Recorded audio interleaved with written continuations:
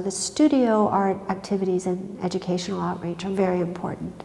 We have the wonderful clay studio with the resident master artist Hiroshi Tsuyoshi, and that clay studio is in the Pankow Art Education Center that was built for this purpose. It has a kiln and wheels and all the equipment for clay arts, which is the primary focus there.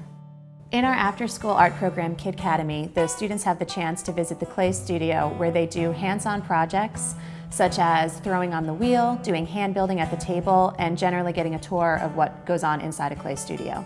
This is always so exciting for the children to first of all get to go into a clay studio, then to meet the artist, then to have the artist give them a demonstration, and then they get to go on the wheel working with Hiroshi.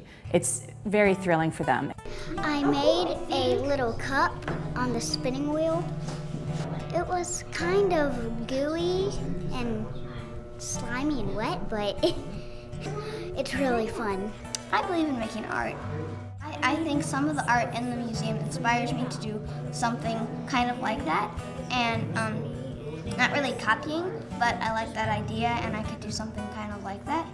The Art Museum really provides a good opportunity for Wilmington students to explore something outside of the classroom walls, which is very important. The Clay Studio is always available to school groups because we feel it is so important for the children to have the chance to see a functioning art studio, chance to do a hands-on activity and come out feeling inspired. Good morning. My first name is Hiroshi. The last name is Tsuyoshi, but I go by Hiroshi. And let me get the clay ready.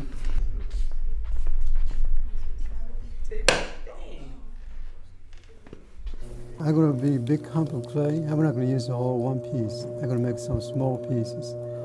Look at this top part. See, the bottom part is still kind of wobbling like dancing. The top part is not, right? So this is called centering. If you don't get center, you're not going to go anywhere.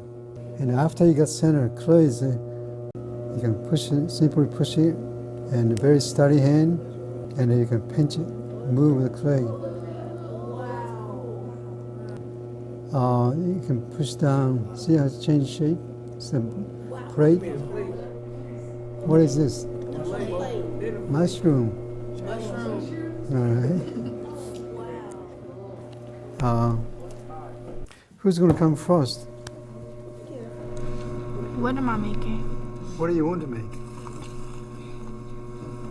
A bowl. Bowl? Okay. A pretty bowl.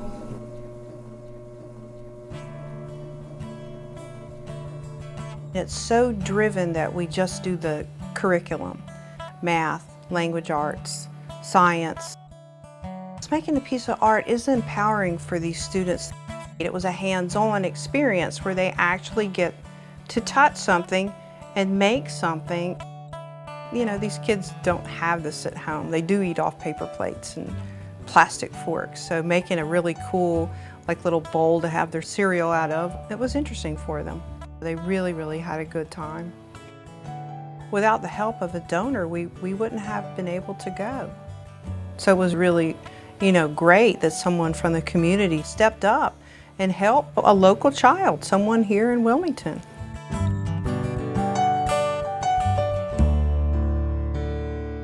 We're thrilled to be of great service to our own community, to Wilmington and New Hanover County. But we began to think about how we could be of greater service to the surrounding counties since we're the only art museum in the region. So we've piloted a program geared toward middle schoolers.